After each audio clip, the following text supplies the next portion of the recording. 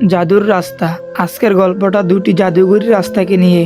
একটা ছিল পাকা রাস্তা আর একটা ছিল কাঁচা রাস্তা। পাকা রাস্তাটা দেখতে ছিল অনেক সুন্দর, সেখানে কোনো ভাঙাচুরা ছিল না। আর কাঁচা রাস্তার পথটা ছিল অনেক কঠিন, সেখানে ছিল ভাঙাচুরা। একদিন এক পথিক ক্লান্ত হয়ে রাস্তা দুটির মাঝখানে এসে দাঁড়ায়। সে দেখতে পায় তার সামনে দুটি রাস্তা, একটি পাকা রাস্তা আর একটি কাঁচা রাস্তা। সে বুঝতে পারে না যে সে কোন রাস্তায় যাবে। হঠাৎ করে পাকা রাস্তাটা বলে ওঠে, হে পথিক, তুমি আমার রাস্তায় এসো। তুমি অনেক আরামে তোমার গন্তব্যে পৌঁছাতে পারবে আর তোমার কোনো ঝুঁকিও হবে না। পাশের রাস্তাটা কত ভাঙ্গা, ওই রাস্তায় গেলে তোমার অনেক কষ্ট হতে পারে। তখন কাঁচা রাস্তাটা বলে ওঠে, হে পথিক, তুমি আমার রাস্তায় এসো। আমার রাস্তা দিয়ে গেলে হয়তো তোমার অনেক কষ্ট হবে, কিন্তু হতে পারে তোমার জন্য ভালো কিছু অপেক্ষা করছে।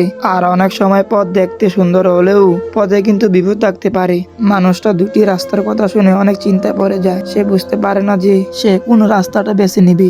অবশেষে সে পাকা রাস্তাটা বেছে নেয়, কারণ সে কষ্ট করতে চাচ্ছিল না। তাই সে ভালো রাস্তা দিয়ে হাঁটতে থাকে। কয়েকদিন পর আবার আরেকজন এ রাস্তা দুটি মুখোমুখি হয়। সে কিভাবে বুঝতে উঠতে পারে না সে কোন রাস্তা দিয়ে সামনে যাবে। লোকটা ছিল একজন দিনমজুর, একটা খেটে খাওয়া মানুষ, কিন্তু সে পথ ভুলে রাস্তা দুটি সামনে এসে পড়ে। একইভাবে পাকা রাস্তাটা বলে উঠে, তোমাকে দেখতে অনেক ক্লান্ত মনে হচ্ছে, তুমি কাঁচা রাস্তাটার দিকে যেও না, কিন্তু আরামে যেতে চাইলে আমার উপর দিয়ে যাও, তোমার কোনো কষ্ট হবে না।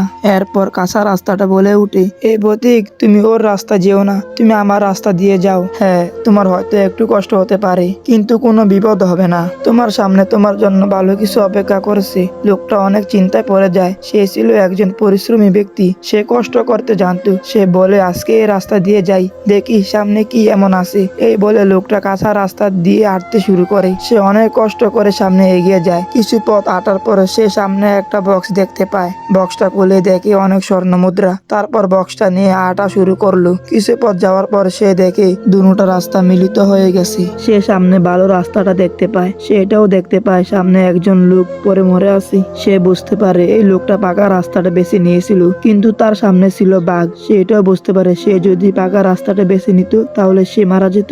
তো যাই হোক, আমার জীবনে আমি এত ফালতু গল্প জীবনে পড়ি নাই, জীবনে শুনি নাই। এরপর থেকে চেষ্টা করব আপনাদেরকে ভালো ভালো গল্প উপহার দেওয়ার জন্য। তো যাই হোক, আজকে এ পর্যন্তই। সবাই সুস্থ থাকবেন, ভালো থাকবেন, আমার জন্য দোয়া করবেন। খুদা হাফেজ।